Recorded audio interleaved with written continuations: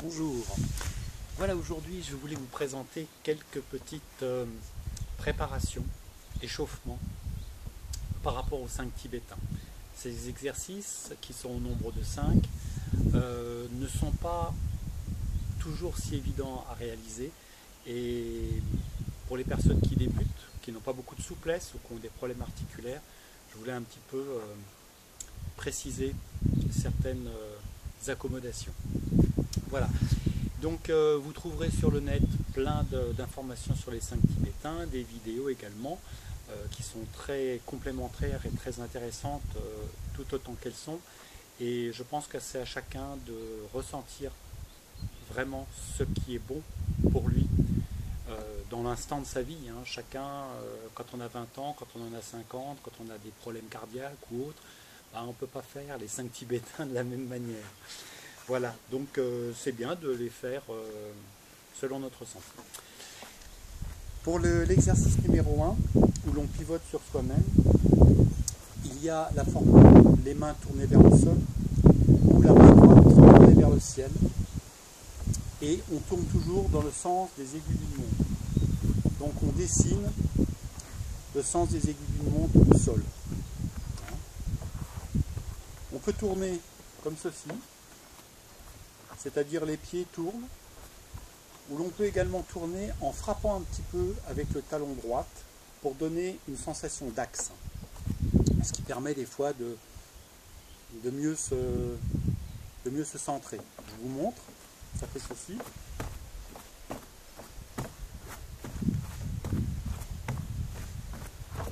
Voilà, on fait ça les yeux ouverts, après on ralentit pour terminer, et moi personnellement je continue à tourner légèrement sur moi-même et je reviens dans le sens inverse pour après stabiliser soit comme ceci, les yeux fermés ou les yeux ouverts, ça c'est à chacun de ressentir, ou alors stabiliser également comme ceci. On attend que le tournis s'en aille. La vitesse de rotation, c'est à chacun de la sentir. Au début, on fait doucement parce que voilà. Puis on fait ça quand on est à jeun également. Si on vient de manger, fatalement, c'est pas agréable. Des petites choses comme ça qui sont à observer. Maintenant l'exercice numéro 2. Alors, là on me voit, c'est bon. L'exercice numéro 2 pour les personnes qui débutent, qui n'ont pas beaucoup de sangle abdominale ou qui ont des problèmes de dos, il est bon au début de renforcer un peu tout cela en faisant l'exercice les jambes légèrement fléchies, ce qui permet de soulager les lombaires et de renforcer graduellement les abdominaux. Je vous montre. La personne qui débute, elle peut faire ceci. Voilà, on décolle toujours la tête en premier, ensuite on monte, tout en gardant bien les lombaires plaqués au sol. Voilà, les pieds tournés vers soi, la tête comme ceci. On inspire, on souffle. Et ce qui est encore plus recommandable, pour tout le monde quasiment, c'est de mettre les mains légèrement sous les fesses. C'est-à-dire on les met à demi sous les fesses. Ce qui permet de plaquer vraiment les lombaires.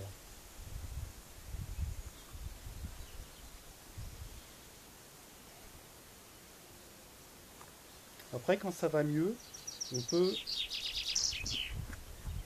étendre un peu les jambes.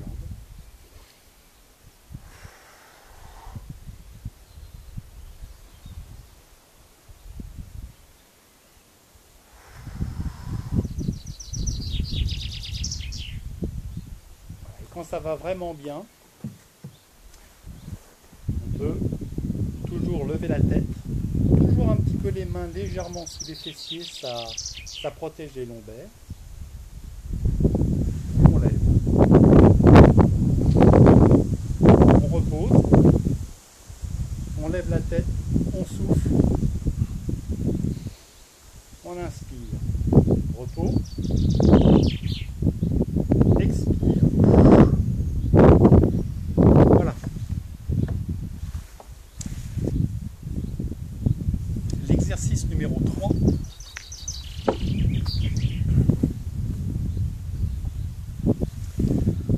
va commencer donc en ayant les orteils retroussés comme ceci. Moi j'ai un peu de peine parce que j'ai un problème à mon pied gauche, donc j'ai une flexion du pied gauche qui est difficile, de même que mes orteils comme ceci, c'est difficile pour moi, mais j'y arrive tout juste. Voilà, donc là je suis obligé d'accommoder également. Souvent je fais aussi comme ceci, hein. Je repose mon pied en le mettant à plat au sol, plutôt que comme ceci. Exercice numéro 3, au début, pour protéger les lombaires, on serre bien les fessiers. Ça c'est valable pour tous les exercices où on va être en étirement de la chaîne antérieure. Donc on serre les fessiers, on bascule légèrement la tête, on revient et on ramène le menton au sternum. Là c'est pour les débutants. On est là, inspire, on cambre très légèrement, on serre les fessiers et on souffle.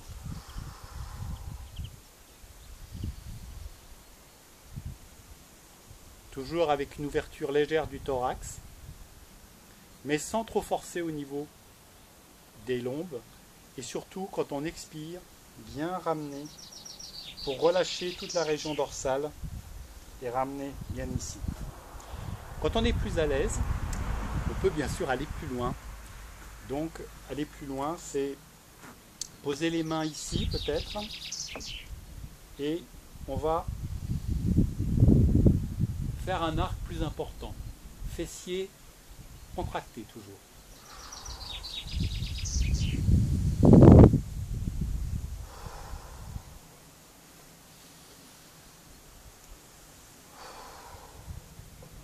Il y a aussi cette variante où on pousse sur le bassin. Mais attention à ne pas casser le dos.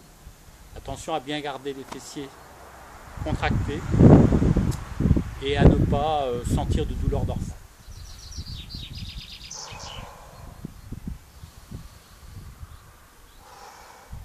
Rien ne vous empêche pendant la série de faire une petite salutation qui permet de relaxer un peu votre dos. Ça c'est quand on a des problèmes un petit peu divers et qu'on ressent qu'il faut faire une petite pause. Quand vous êtes par exemple à 10 répétitions, rien ne vous empêche de faire 2 x 5 en faisant une petite pause pour votre dos. Pour les gens très à l'aise, on peut aussi poser les poings ici ou poser les mains là et faire la posture du chameau. Inspire, expire, inspire, fessiers contractés toujours,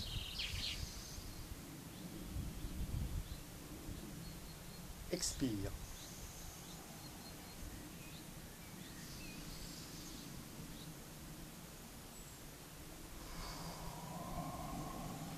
Voilà. Lorsqu'on a fini cet exercice, on peut rester un moment la tête baissée et calmer avec une respiration profonde, quelques respirations pour recentrer. Typiquement pour moi, cet exercice du chameau, c'était impossible avant parce que j'ai un cou qui est assez long et donc j'avais la tête avec le poids, j'avais un manque de musculature au niveau du cou et de la chaîne antérieure qui n'était pas habituée, et aussi de la souplesse du dos. Donc ça s'est fait sur des années et des années. Il ne faut vraiment pas être pressé d'obtenir des résultats. Une posture avancée n'est jamais bonne lorsqu'elle n'est pas adaptée à la personne qui la pratique. Il faut mieux vraiment pratiquer l'exercice droit comme ceci pendant des années si on est confortable avec ça plutôt que de vouloir faire bien. Bien dans le sens d'une posture avancée qui serait nuisible au dos. Voilà, maintenant l'exercice numéro 4. La table pliée, ou la table de salon. On va être donc avec nos mains posées à côté des fesses. Au début, on fait une posture relativement simple pour les débutants. On va simplement faire ceci. Voilà, on souffle. Inspire. On souffle. Mais on commence déjà à poser le regard légèrement vers le ciel.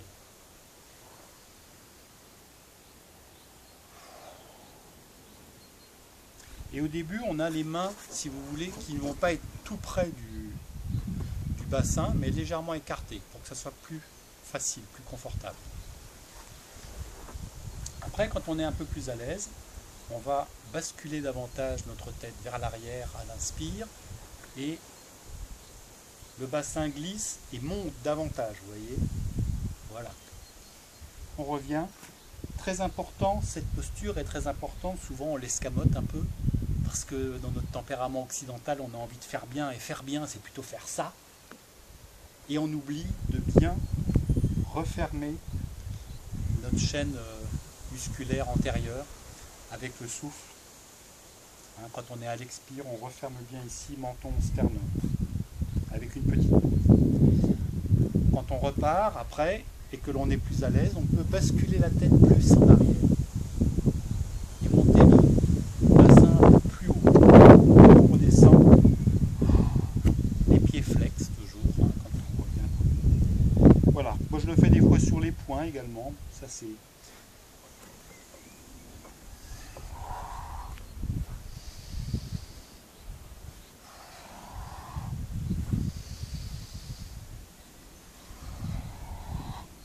mettre la tête plus en arrière si on est à l'aise. Moi ça me suffit comme ça. Voilà pour l'exercice numéro 4.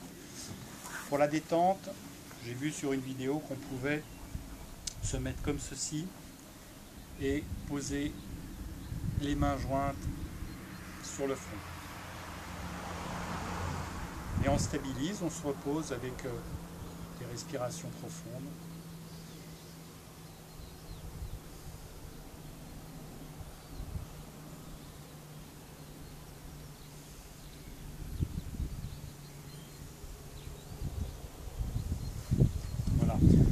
Rien ne vous empêche de vous reposer aussi dans une autre position. Hein. Vous pouvez vous mettre comme ceci. Il y a 36 000 manières de broder, de construire autour de ces exercices. Le principal dans les 5 tibétains, c'est la régularité. Commencez avec 3 répétitions. Vous êtes très confortable avec 3 répétitions, 3 tours sous vous-même, 3 mouvements d'abdominaux, mais vous les faites vraiment bien, en conscience.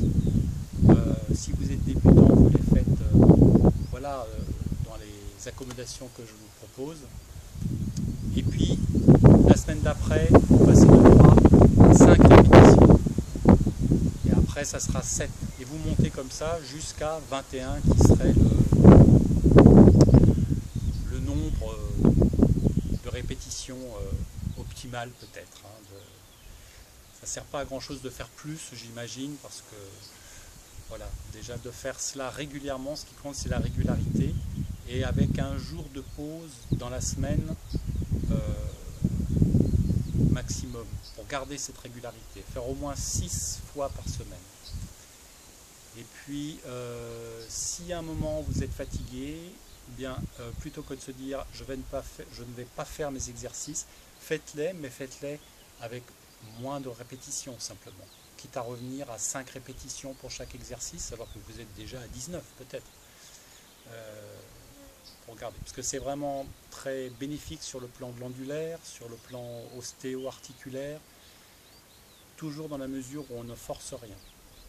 C'est bon sur le plan cardiovasculaire aussi, parce que ça fait travailler quand même pas mal la respiration et la circulation. Voilà, donc il me reste l'exercice numéro 5 qui est l'exercice peut-être le plus difficile et donc celui qui réclamerait des préparations suffisantes, d'autant plus que c'est des exercices intenses. Hein. Donc au début, je propose de faire la posture du chat et d'assouplir le dos. Expire, on regarde le nombril. Inspire, on lève le regard vers le haut et on creuse légèrement le dos. Expire. Inspire.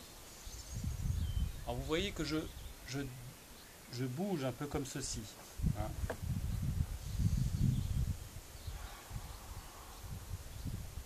Cela va préparer ce que vous ferez dans un second temps.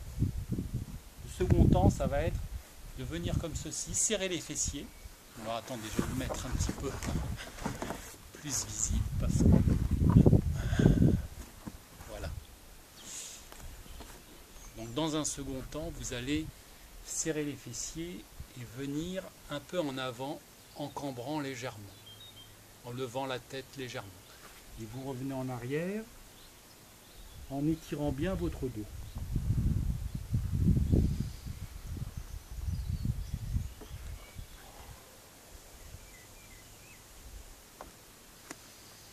Plus vous êtes à l'aise, plus vous pouvez aller dans cette posture du cobra.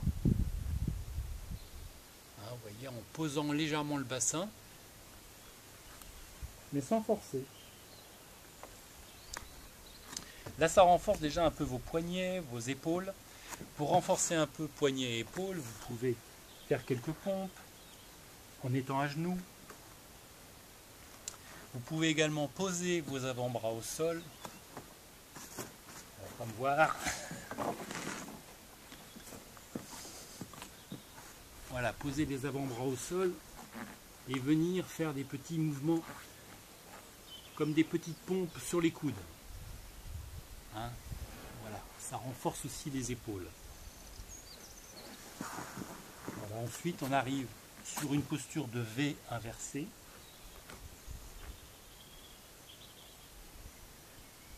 Où là, vous regardez votre nombril. Vous essayez, si vous le pouvez, de poser les talons au sol. Moi, je ne peux pas parce que j'ai ce problème de pied gauche. Voilà.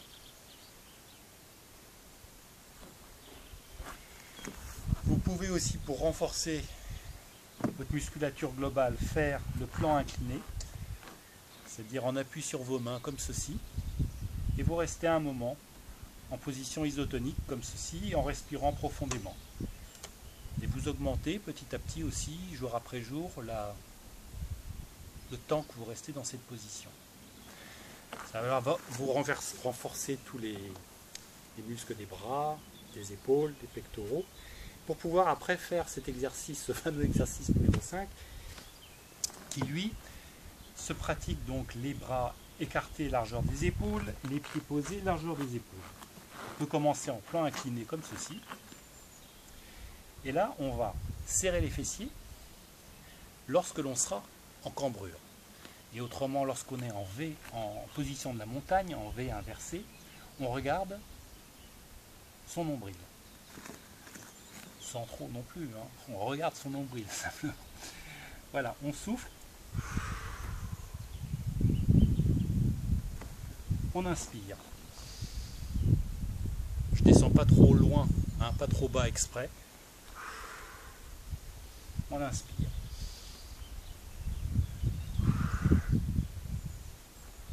Voilà le mouvement en tant que tel. Quand on n'est pas vraiment à l'aise, parce que ça demande beaucoup aux épaules à un certain niveau, cet exercice, vous pouvez le faire sur les jambes et refaire ceci.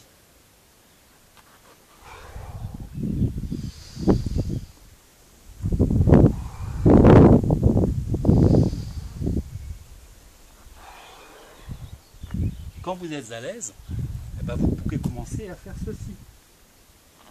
Poser les genoux à la limite, faire un petit cobra et repartir en montagne. Poser les genoux et explorer pour ne pas souffrir de votre dos, ni souffrir de vos poignets, ni souffrir de vos épaules. Tout doit se faire dans une certaine fluidité, donc au début on n'en fait pas trop. C'est pour ça aussi même on peut très bien faire 15 répétitions de tous les exercices, sauf le 5, parce qu'il nous demande de trop, et le faire juste peut-être 4-5 répétitions, mais en conscience et en détente également. Et lorsque vous avez fait ces exercices, et notamment après le 5, vous pouvez vous mettre en posture de l'enfant ou de la feuille, où on se met assis sur ses pieds, et on pose le front au sol. Les épaules sont détendues, elles sont posées presque au sol. Elles vont vers le sol en tout cas. Et on respire profondément.